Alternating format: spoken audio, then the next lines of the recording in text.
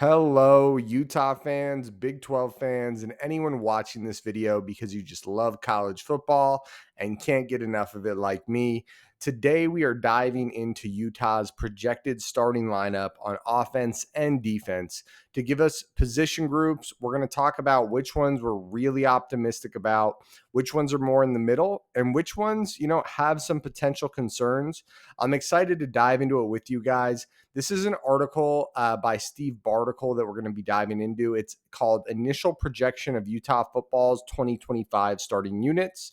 You can check it out yourself at ksl.com. Good stuff there. Steve Bartle, very knowledgeable source. We're going to dive into it, guys. As we go through the video, make sure you smash that like button. That's going to help get it out to more Utah fans and Big 12 fans. Also, comment down below. Like I said, I'm going to give you what I believe are the strong, middle, and maybe concerning units for Utah football. But I'd also appreciate it if you gave me your opinions as we go through the video here. Also, if you haven't subscribed to the channel already, make sure you do so and hit that subscribe button. If you are subscribed, make sure you hit the notification bell so you don't miss any updates when we drop them. And now let's go ahead and dive in. One last note, we are a part of the 1012 network. 1012 network is sponsored by Charlie Hustle. Charlie Hustle's vintage made fresh, really great quality clothing, really great stuff. They have gear for every team in the Big 12. So make sure you guys check them out. And if you do decide to purchase something, use code 1012 network at checkout for 15% off any non-sale items. Again, that's TEN12 network at checkout for 15% off any non-sale items at charliehustle.com. And let's go ahead and dive in and check out Steve Bartle's article. That is tough stuff. Steve Bartle's article. There you go. And we're going to dive in and we're going to check out the projected starters, and I'll let you know my thoughts on each group. Let's take a look. All right, guys. Again, the article we're checking out is Initial Projection of Utah Football's 2025 Starting Units. You can see here it's by Steve Bartle. Seriously, make sure you give the guy a follow. If you're a Utah fan, he's super knowledgeable. Good source for a lot of my material. Right here, Utah football is looking to bounce back in 2025 after a difficult run this past season. The Utes finished 5-7, including their first 6-game losing streak under Kyle Whittingham. This led to drastic changes, mostly on the offensive side of the ball. Just to touch on that a little, offensive coordinator Andy Ludwig is gone. He is out. We brought in offensive coordinator Jason Beck to replace him, as well as a bunch of transfers on the offensive side of the football, which the article will touch on later. But it has been, basically a complete overhaul of the Utah offense heading into 2025.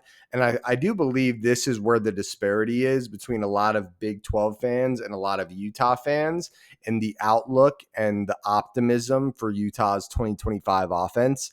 It does feel like a lot of Big 12 fans are kind of counting Utah out, where a lot of Utah fans are very optimistic about this offense. Now, there's always going to be some variables, right? When you bring in that much new talent, you don't have, a crazy amount of confidence of exactly what it's going to look like, but it does seem like Utah has done a lot to try to address these offensive issues, and we'll dive into a lot of that here in the article by Steve Bartle.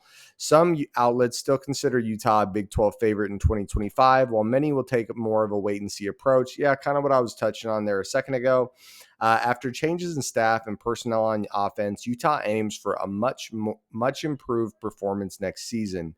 The defense returns several key pieces and will be the focal point of Utah's outlook next year. Way too early Utah football starting lineup projection for 2025. Utah opens the season against the UCLA Bruins in Pasadena on August 30th. Here's a way too early starting lineup projection for Utah football in 2025. Quarterback Devin Dampier. Guys, Devin Dampier is a big one. Let's see what Bartle has to say about him. He is, one of the biggest transfer pickups in the Big 12, if not the biggest transfer pickup in the Big 12. And definitely for Utah, one of the biggest pickups. So the big addition from transfer portal was New Mexico quarterback Devin Dampier. The dynamic dual threat quarterback proved to be one of the most electric in the game last season. last season. As we go through these numbers, guys, I do just want to mention that all these numbers were at New Mexico. And the reason I bring that up is just he's not playing the same talent level. Now, the numbers are super impressive, but I do want to make sure everyone's aware of that. He's not playing a Big 12 schedule, but you can get an idea of what this guy's capable of once he hits his stride. So he finished the 2024 campaign with 2,768 passing yards and 12 touchdowns and 12 interceptions. He also ran for another 1,166 yards and 19 more touchdowns. So you combine these two numbers, guys, 2,768 and 1,166. That's nearly 4,000 yards of offense last year and 19 touchdowns on the ground, 12 through the air. So that is a combined total of 31 touchdowns. So the guy put up some serious numbers. Again, it was at New Mexico. It was in the Mountain West, but it was very impressive. He joined Lamar Jackson, Kyler Murray, Jalen Hurts, and Jaden Daniels as one of 5 quarterbacks since 2016 to throw for at least 2,500 yards and rush for 1,000 in a single season. Obviously, that is very rare company to be a part of. He only completed 50% of his passes and threw 12 interceptions, so improvement is needed. However, according to Pro Football Focus, Dampier still earned an 89.8 overall grade, the 12th best among the 96 qualified quarterbacks. He also earned a 79.4 passing grade, which ranked 25th on the same list. So, as we've talked about a lot this offseason, when you look at the numbers and you dig in, Dampier's a very impressive quarterback. On top of that, his big time performer. And to dive in a little deeper on the PFF grades, they have a stat called big time throws to turnover worthy plays. And he had 20 big time throws to 10 turnover worthy plays when passing the ball. So that's a really good number to make a case for him as well. You can see here Dampier followed offensive coordinator Jason Beck to Utah, which will benefit him and Beck as his new as he installs the new offense. Having experience in the same system will allow Dampier to hit the ground running. If Dampier can maintain the dynamic ability while smoothing out some of the rough edges of his game, he'll be a pretty impactful player for Utah. Yeah, just to give you guys an idea, let's imagine he does 70%. So we talked about roughly 4,000 yards times 0.75. So let's imagine passing and rushing, he combines for a total of about 3,000 yards instead of 31 touchdowns. 70% of that, it's 21.7. So like 22 touchdowns. If he's able to do a season in that realm, which I think is pretty realistic, 70% of the performance he did last year, if he can do that in 2025, I think Utah is very much so a contender for the Big 12 championship. And I think if you don't believe that, I don't know how much you really watched Utah last year and don't really understand how much the quarterback position held them back. It was literally anytime Utah got a glimpse of decent quarterback play, they were, looking great. So continuing on with the offense, Wayshawn Parker, or I guess the running back position, but you can't talk about the Utah running back position without mentioning Wayshawn Parker.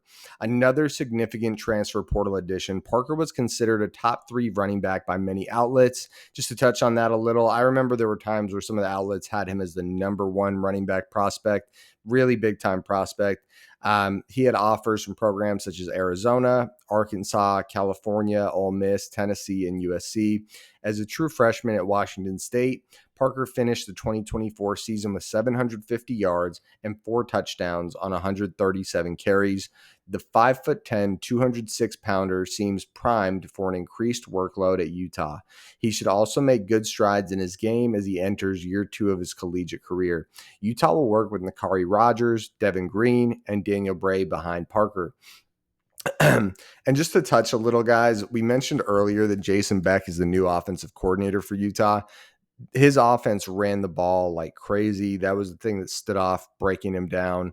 They were the number 2 yards in FBS play team in college football, yards per game, number 2 in FBS play in all of college football. Really impressive number. And they do that running the ball. I believe it was about 40 times a game. I think the exact number was 39. So 39 times a game, guys. That leaves a lot of room. So when we talk about guys like Nakari Rogers, Devin Green, and Daniel Bray, they'll have a real shot to get out there on the field. Nakari Rogers is coming from New Mexico as well. I'm guessing he will be, cemented in there as the number 2 back in this offense. But then Daniel Bray is a 4-star freshman and definitely has an opportunity to get in there. Green coming from limited playing time at his time during UNLV. But again, there is definitely room for a 3-headed monster in this rushing offense. If the games go as planned, there could be room for a 4-headed monster, right? If we can get up early and just kind of pound the rock and drain the clock, definitely room for a 4-headed monster. Now, wide receiver, you can see here Otto Tia, Zacharias Williams, Dadrian Zipper, Dorian Singer. Utah's receiving core will look drastically different in 2025. The Utes welcomed a new coach, Micah Simon, and 6 new players, with 2 more set to join this summer. The next few weeks and months will be vital for players to make an impression and establish themselves as reliable options. Spring ball will provide much clarity for the group, but the competition is wide open. However, given his experience, production, and unique size compared to the rest of the group, Otto Tia makes sense to fill one starter role. Other additions such as Ryan Davis, Creed Whittemore, and Justin Stevenson, who bring experience, particularly Davis, who comes to Utah via New Mexico, could very well establish themselves as starting options. I did want to touch on this. This was a little surprising to me. Again, Steve Bartle's a little more in the know behind the scenes than I am.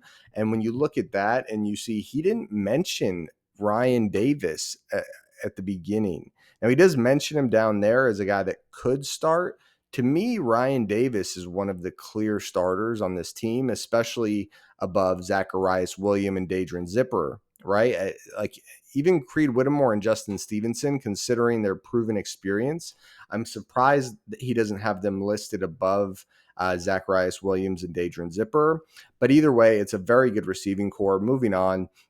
I do just want to touch on it. I guess I'll touch on it here in a second. However, given the time in the program and the promise they've both shown, Zacharias William and Dadrian Zipper seem just as likely to earn starting roles. So it seems like he's saying this group of 5, Ryan Davis, Creed Whittemore, Justin Stevenson, Zacharias Williams, and Dadrian Zipper are all kind of a group of 5 that are fighting for starting roles, where he has the guys that have spent more time in the program is more likely. I would just flip that, where Ryan Davis has less time in the program, but he has more time in the offense and he's following his offensive coordinator there. So in my eyes, like a guy that did over 700 yards last year, very impressive player. And then he mentions at the end here, the big caveat to this group is Dorian Singer's potential return. He was Utah's top pass catcher this past season and has made his desire to play a year with Devin Dampier clear. Singer has submitted a waiver to the NCAA, and there is optimism about his claim. That's a big one, guys. I think this room looks very solid for Utah, but you bring Dorian Singer in, and he cements himself as a piece of this offense. That's a huge win. This receiving core goes from looking pretty good. I'd have it as like slightly above average right now. I think there's just not a lot of star power, which always scares me a little because I feel like every year with Utah, we go into the season and we're like, not a ton of star power, but looks like a decent group. And I don't love that. But you get Dorian Singer in here, plus all this depth and proven talent, plus young playmakers that could step up. I feel very optimistic about what this could look like. But again, I think Dorian Singer being a part of that group would be a game-changing thing for Utah. All right, guys. Next up, we're moving to the tight end group as we kind of cap off this offense. We'll talk about offensive line as well, but we're almost to the end of the offense. King was mostly quiet throughout the 2024 season as he backed up all-conference tight end Brant Keithy. Obviously, Brant Keithy has been a stud for Utah and one of the, at times one of the best tight ends in college football. Had some real rough injury luck and, was never quite able to live up to the potential we thought he had. The 6'5", 232-pounder appears primed to build upon his 17 career receptions, 220 yards, and 4 touchdowns. He is in his third year with the program and has already been named to the Leadership Council. Dallin Bentley will also play a big role in the tight end room, especially since Beck often used 6 offensive linemen. Still, this one seems like king. So you can see here with Keithy gone, we've got Landon King and we have Dallin Bentley. Solid tight end room. And just to touch a little on it, guys, I've dove deeper before on this in past videos, but the tight end room is not going to be the bread and butter of this offense as it has been in the Andy Ludwig offense in previous years. The tight end room for Jason Beck, they're going to block. This is an offense that runs the ball. They run and run and run, and then they take shots on you. And so I just don't think the tight end room is going to be a make or break room for this offense. So if you do have concerns about it, that's totally natural. And I'm with you. But really what you need is just a solid tight end group that can block and not drop passes if they're schemed open. So I wouldn't stress too much. Just be aware that it's not going to need the same playmakers at tight end as previous offenses did at Utah.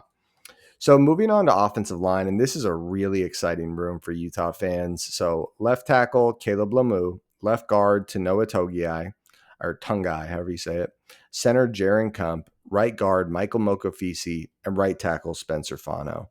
Now this, guys, basically Utah is returning this whole offensive line room, and spoiler alert, this room was great last year. Just so you guys understand, if you're not aware, like, the odds that you would have an offensive line room that performed as well as this room did, and then all of them are coming back, is so crazy. And not to mention, we brought over an offensive coordinator in Jason Beck that likes to run the ball. Well, spoiler alert, this team has an offensive line that really like to run the ball and really bully people at the line. So let's dive into this. The offensive line will be Utah's unquestioned strength in the 2025 season. Sounds like Bartle agrees with me here. With 2 All-Americans on the edge and veterans along the interior. On the edge, he's referring to Fano and Lomu. Fano was the number 1 graded Power 5 tackle in college football, according to PFF. And if you take out Mountain West, I believe he was the number 1 graded player. It was one guy above him, I think. It was crazy, very impressive numbers by Spencer. And honestly, I didn't see that season coming from him, but he game in, game out just mauled people and destroyed the competition. With 2 All-Americans on the edges and veterans along the interior, this group is primed to lead Utah.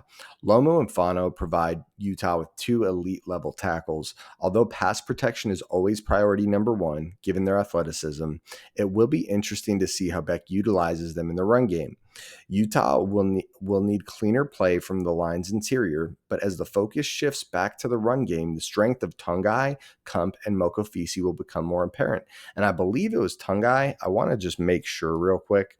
But one of their offensive linemen was one of the best interior offensive linemen in the country. So I'm pretty sure it was him. Let me look it up here. Tanoa. Yeah, I just want to make sure. Sorry to do this in the middle of the video, but I just want to double check. Yep, it was him. He graded out at a 79 grade last year. And just to give you more info on his actual blocking stats, his run blocking was a 84.8, whereas pass blocking was a 60. So he's more of a run blocker for sure, which is going to be a perfect fit in this offense. It's rare to, it's so funny. Bartle's saying exactly what I was saying. It's rare to bring back an entire starting unit, and it's even rarer to retain the depth behind those guys as starters or behind those starters. That means there will be competition this offseason, and guys like Isaiah Garcia, Keith Olsen, and Solatoa Moea will certainly be pushing the starters in front of them. Garcia worked each spot on the left side and center last season. While both Olsen and Moei played guard, Utah will have Zaru Williams, Kalolo Taungai, and Alma Tolini to provide good depth at tackle as well. Man, as a Utah fan here, I mean, I'm not good at it, but you definitely have to get used to saying some Polynesian names out here. It's part of the job.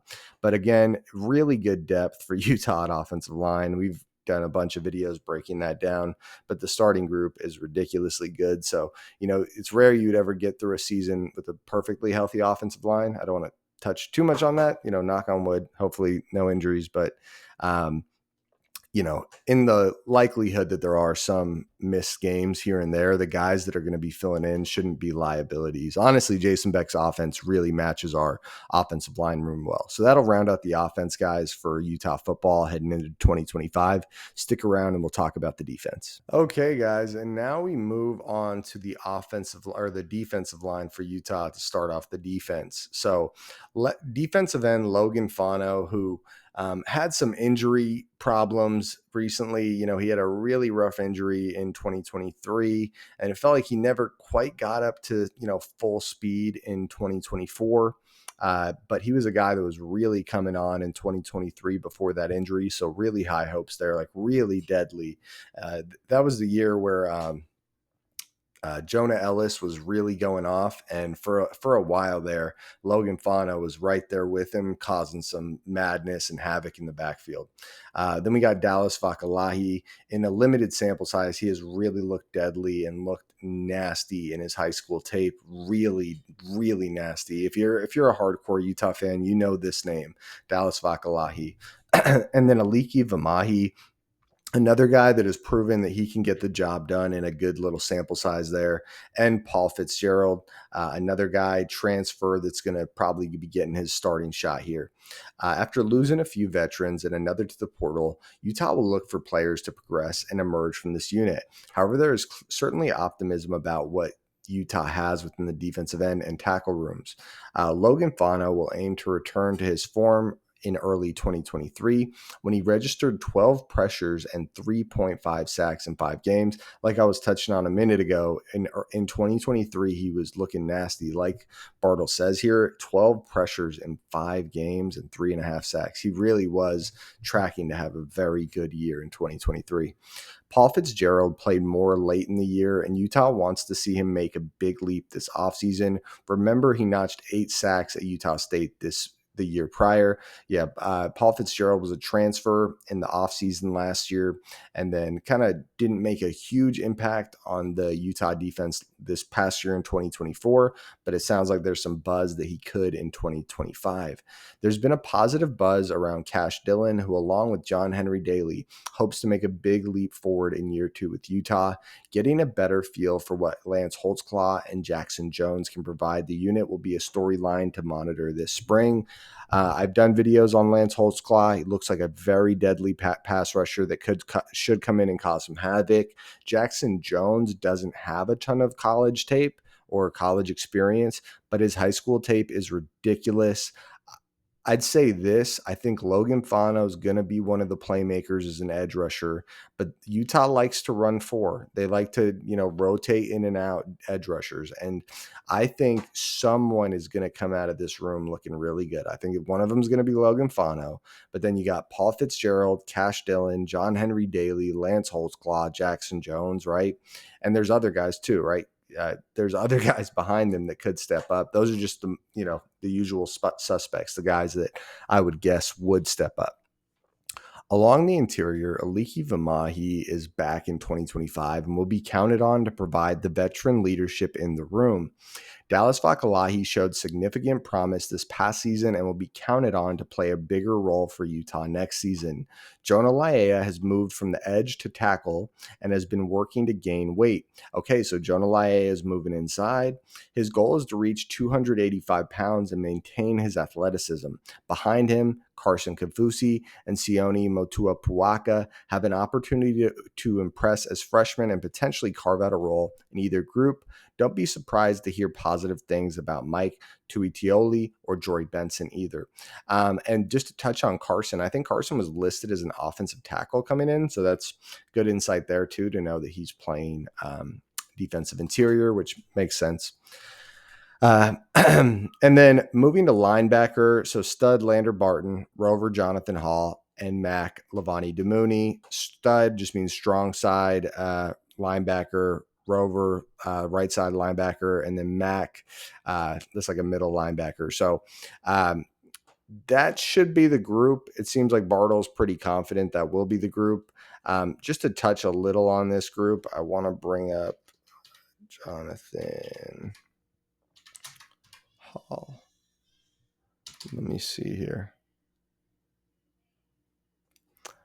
I just want to pull up Jonathan Hall because he did actually get a decent amount of time playing last year. So I want to take a look at this. So he played 337 snaps last year and graded out at a 57.7.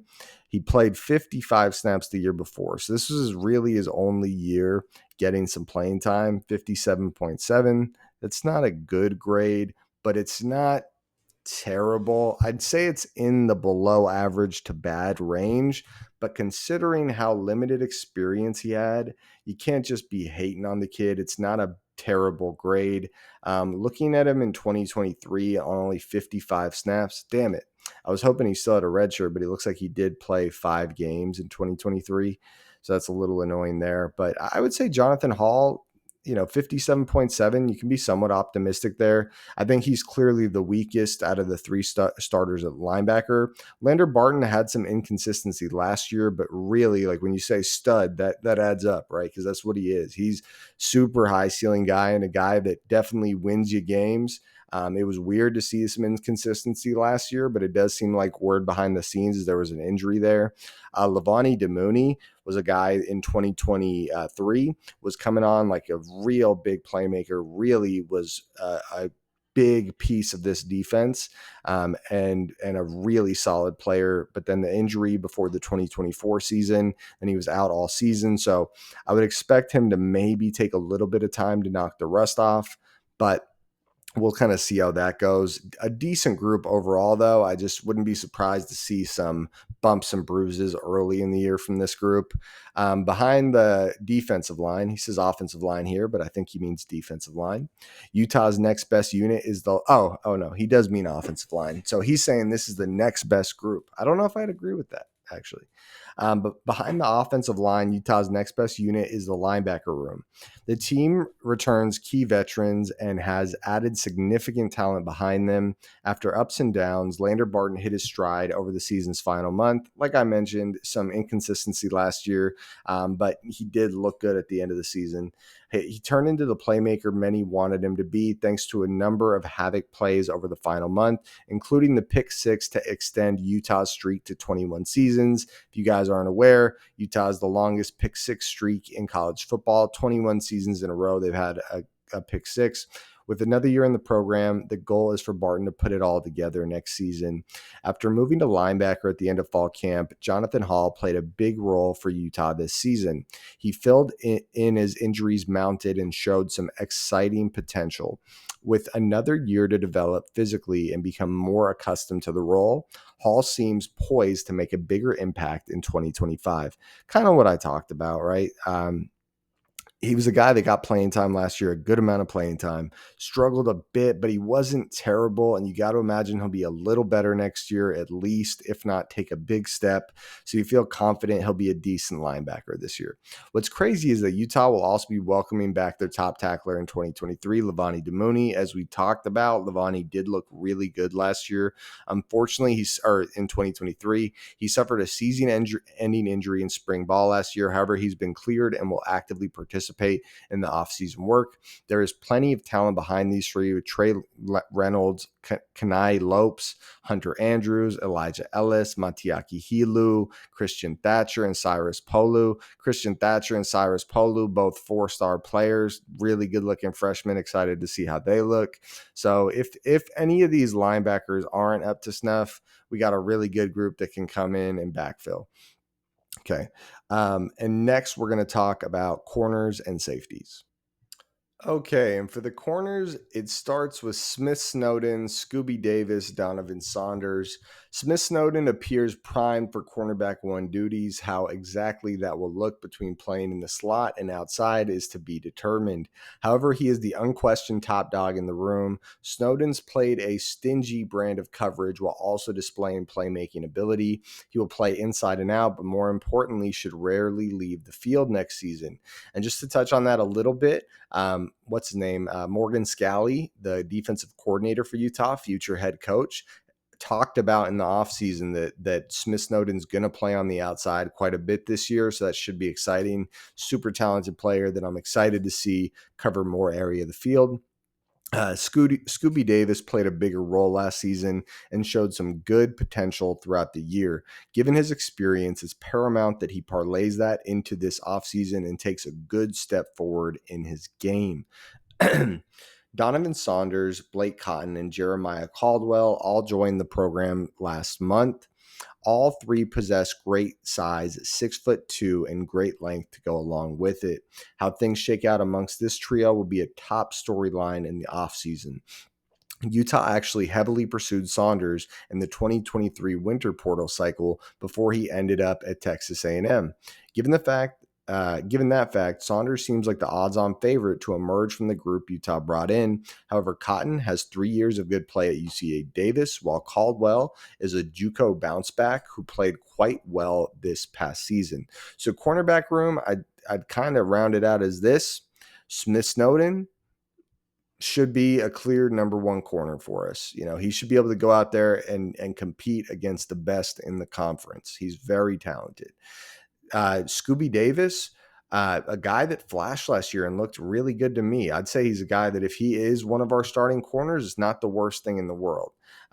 Donovan Saunders, as Bartle mentioned, he is a guy that Utah pursued in the last cycle, and then we were able to get him this cycle. So that's a good starting three, and then we got a good group behind them in Blake Cotton and Jeremiah Caldwell. So seems like some trio or duo of good corners will come out of this group. I do feel good about that. Safety, we got Tao Johnson and Rabbit Evans. Tao Johnson has obviously been one of the best players at his position in college football, in my opinion. He lays the wood, dude. This guy brings the pain when he comes down field to hit people. I mean, he's almost like you got to pull him back so he doesn't get targeting penalties. But I admire that old school style of football that he plays. I love it. That's how I played DB, just wreck dudes. You get opportunities as a DB to just light people up, and it's a good time. So I love to see it. These two safeties and Nate Ritchie will be counted on heavily at safety next year. So Nate Ritchie, a guy that has played a lot for Utah, kind of been a rotating guy, and a guy that if Rabbit Evans isn't the guy, Nate Ritchie should be a really good option. Rabbit Evans is a guy really similar to Nate Ritchie that kind of filled in a lot and showed that he can be a solid player this past year. So good group to be rotating in and out. And then you got a very clear, solid starter in Tao Johnson. Johnson's transition to free safety was fairly seamless, but there were still some growing pains in the new role. Now that he has a season of experience in the position, Johnson should be more comfortable and confident as Utah's free safety.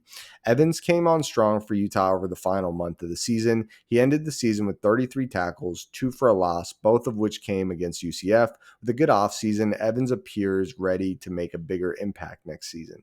Yeah, he's a guy, like I mentioned, towards the end of the year, he started to come in and show up. So good look there. Utah will need to figure out the depth of these two spots. Ritchie will be a key part of that. But if Jelani Davis or Nathan Tillman can emerge, that would solidify the unit. Kicker Dylan Curtis, an All-American from Murray. Curtis joins Utah where the belief is that he can come in right away and help Utah's kicking game.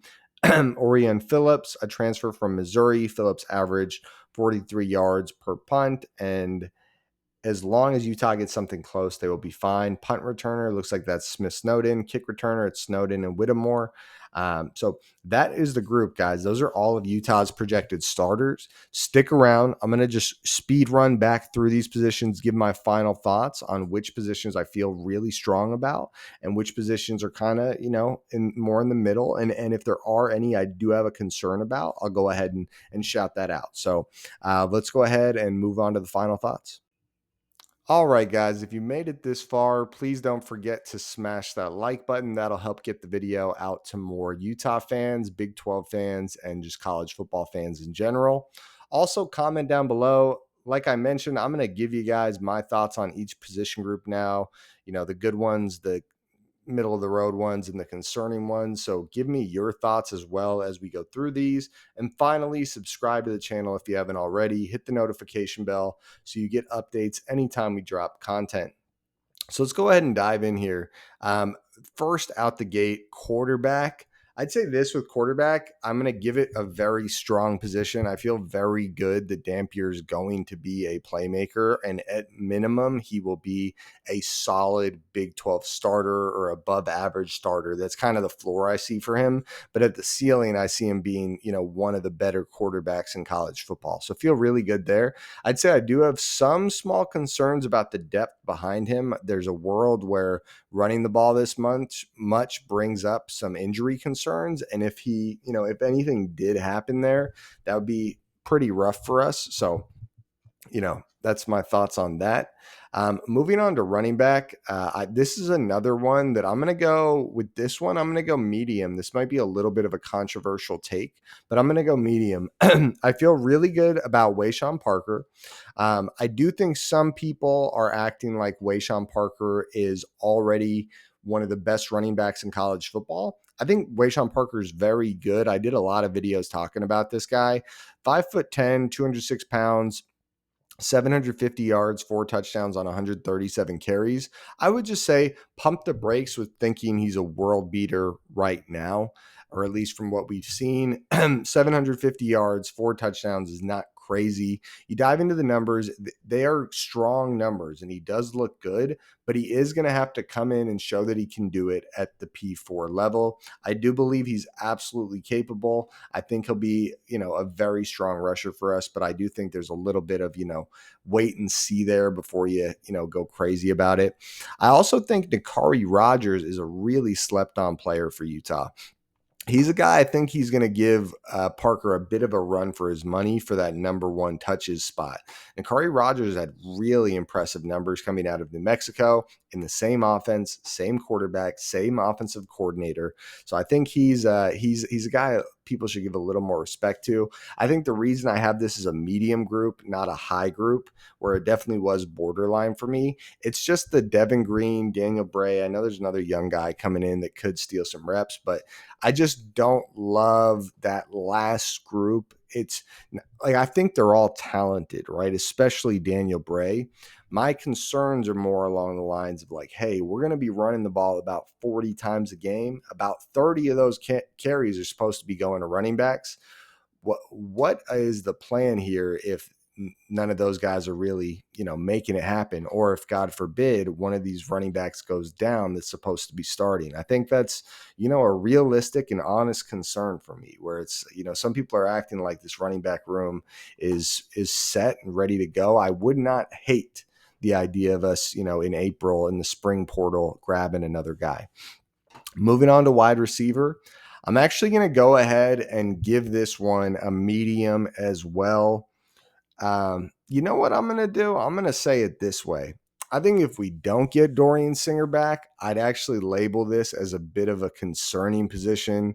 If we do get Dorian Singer back, I actually would label this as a high position. And that's how valuable Dorian Singer is. And why I say that, guys, is what I mentioned earlier. There's just not that big playmaker. And I know that sounds a little nitpicky. Check out my Mr. Right coffee mug. My wife has one that says Mrs. Always Right.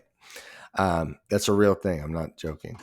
But anyways, I just think with Dorian Singer, he's an elite level college football wide receiver. You bring him back with a good quarterback, especially a quarterback that he calls his brother in Devin Dampier. That's just such a good combo. Where I think Ryan Davis is the next best receiver in my eyes. There's a lot of talented guys, but I just worry to have such an unproven room. Again, you never know with wide receiver, but I do worry having such an unproven room. Tight end, you could say it's a concern, but it's not what makes this offense tick. They're going to block. If you have problems blocking, that's going to be a concern. But there's a lot of good blocking tight ends out there. So if one of these guys can't do it, get out of there. Let's put another guy in. Moving on to the offensive line. The offensive line is, I said quarterback was a high position, and I'll say some other positions are high, but I'd say offensive line is like high plus, where I feel extremely good about the Utah offensive line. I actually think this is going to be one of the best offensive lines in the country, and they were last year. Especially, it's going to be really like every play, it's going to be 60+% running the ball, probably in the 65% range. And especially if we get ahead in games, which I think we will a good amount of the time, I think it'll be in the 70% range. So they're going to get to do what they like to do, and they're going to have a good time doing it. So we're going to run the ball, and they're going to be a dominant unit. Defensive line, this is a tough one for me. I'm going to give it a concern just because of the fact that, like looking at Bartle's article, he has Paul Fitzgerald listed as one of the starters. And Logan Fano didn't look amazing last year off the injury. As much as I do have confidence Logan will be that guy again. And then we have these defensive tackles where, the only guy with a ton of experience is Vamahi. So I'm gonna say that I really do have a lot of faith in Dallas Vakalahi, but so many variables at one position leaves you a little concerned. Ton of talent in that room though. So not too stressed there, but I would say there is a world where that position doesn't look very good next year. Moving on to linebacker. So we have Lander Barton, Jonathan Hall, and Lavani Demooney. I think, like I mentioned, I think Jonathan Hall will be serviceable unless he takes a good step, and he could be good. I also think Lavani Demooney, if he looks anything like he looked at the end of 2023, he's going to be amazing. He's going to be a great player for Utah. And then Lander Barton, very high confidence. He's going to be one of the best in the conference. And then the other thing to add in there is that our depth at that position is ridiculous, guys. Listen to this. Trey Reynolds, Kanai Lopes, Hunter Andrews, Elijah Ellis, Matiaki Hilu, Christian Thatcher, Cyrus Polu. I mean, if for some reason Lavani Demooney doesn't look good off the injury, Jonathan Hall takes a step back, one of this depth group is going to fill in and look decent. Cornerback, I think this is a very good looking group. You got Elijah Davis and you got Smith Snowden. Then you got Donovan Saunders. I'm going to give this a high confidence to this group because then you got Cotton and Caldwell behind them, as well as some freshmen that aren't really on this list that Shremwell, something like that. Kwamari Shemwell, something like that. But there was I remember grading some of the recruits that Utah brought in, and some of these guys looked physical, ready to go. Like if they did have to play some reps, they were not going to be liabilities. So I feel good about that group. I'm going to put that as high confidence. Safety, I'm going to put this in medium confidence because we got Teo Johnson, who I have a ton of confidence in, but then we have Rabbit Evans, who I'm not super confident in, nor am I super confident in Nate Ritchie. And it sounds like from what Bartle's saying is behind them, the depth could be an even bigger question mark. So that's kind of where I am, guys. I won't touch on kicker and punter. That's just not my style. But let me know your thoughts, guys. Like the video, comment how you feel about each position group, and subscribe to the channel. Hit the notification bell. I'm going to get out of here, guys. Go Utes and go Big 12.